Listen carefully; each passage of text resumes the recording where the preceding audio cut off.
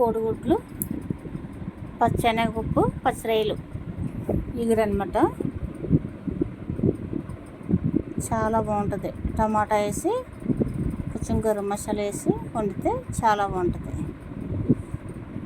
అప్పుడప్పుడు ఇటువంటి కూరలు కూడా మనం ఇంట్లో వండుతుంటాం కదా, చాలా టేస్ట్గా ఉంటుంది. పచ్చిరొయ్యలు వేస్తున్నాను నేను. పచ్చిరొయ్యలు, గుడ్లు, పచ్చెనగపప్పు మసాలా కర్రీ చాలా బాగుంటుంది. ఇప్పుడు ఎలా ప్రిపేర్ చేయాలో చూద్దామా.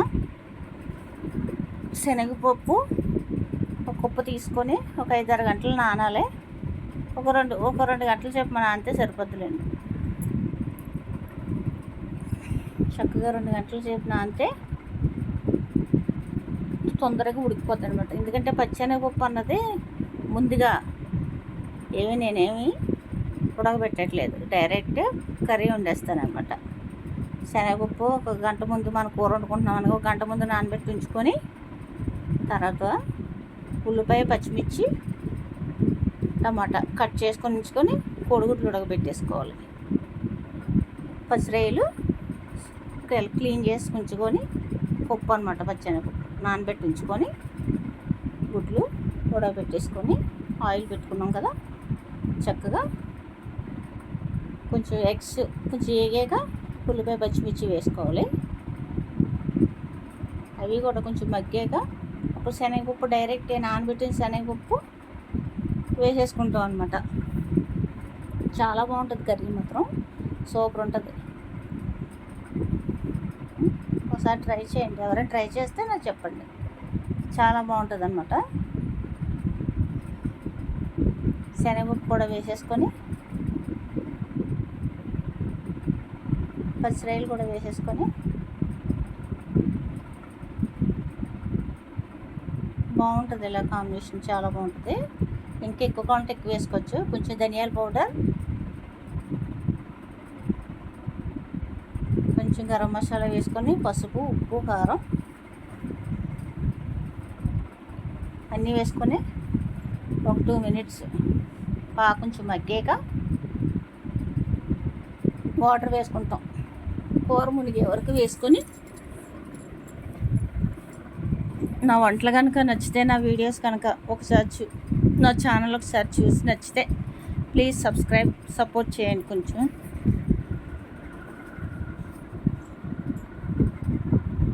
మూత పెట్టుకొని 2 నిమిషాలు మగ్గాక అప్పుడు వాటర్ పోసుకోవాలన్నమాట. శనగపప్పు డైరెక్టే వేసాను, నానబెట్టిన శనగపప్పు, ఉడకబెట్టలేదు ముందుగా. మొత్తం కొంచెం బాగా మెత్తగా అవుతే బాగోదు కదా, అది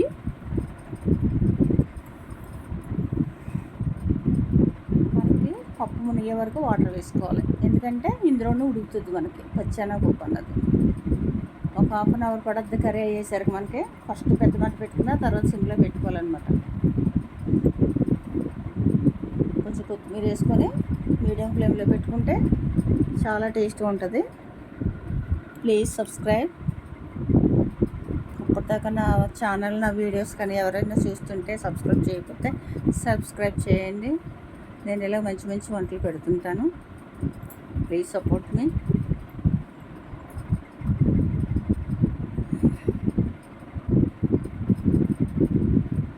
నేను చాలామంది వీడియోస్ చూస్తున్నాను, ఈ కర్రీ అన్నది ఎక్కడో కానీ లేదు. యూట్యూబ్లో చూస్తూ ఉంటాను నేను, చాలామంది వీడియోస్ చూస్తాను. నాకు నచ్చితే చక్కగా లైక్ ఇస్తాను, సబ్స్క్రైబ్ చేస్తాను. చాలామందికి నేను సపోర్ట్ మాత్రం నేను మ్యాక్సిమం సబ్స్క్రైబ్ చేస్తాను. పోయిందేమో చెప్పండి. మనం సబ్స్క్రైబ్ మనకేం డబ్బులు ఖర్చు అవుతాయా, చేస్తాయా? అలాగే కొత్తగా ఛానల్ పెట్టుకున్న వాళ్ళందరికీ కూడా నేను సబ్స్క్రైబ్ చేస్తుంటాను. నా ఛానల్ కూడా అలా సబ్స్క్రైబ్ చేయండి కొంచెం, ప్లీజ్ సపోర్ట్ మీ. మూత పెట్టుకొని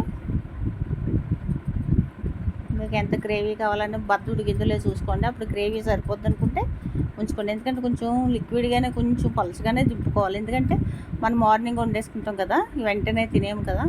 మధ్యాహ్నానికి కొంచెం పప్పు అంతా వాటర్ పీల్చుకుంటుంది అనమాట మనకి. అది లాగేసుకొని కొంచెం గట్టి పడుతుంది అనమాట. చక్కగా ఉడికింది ముద్ద. మరీ మెత్తగా బాగోదు, ఇలాగే బాగుంటుంది. బాగున్నాయి కదా కోడిగుడ్లు, పచ్చిరొయ్యలు. ప్లీజ్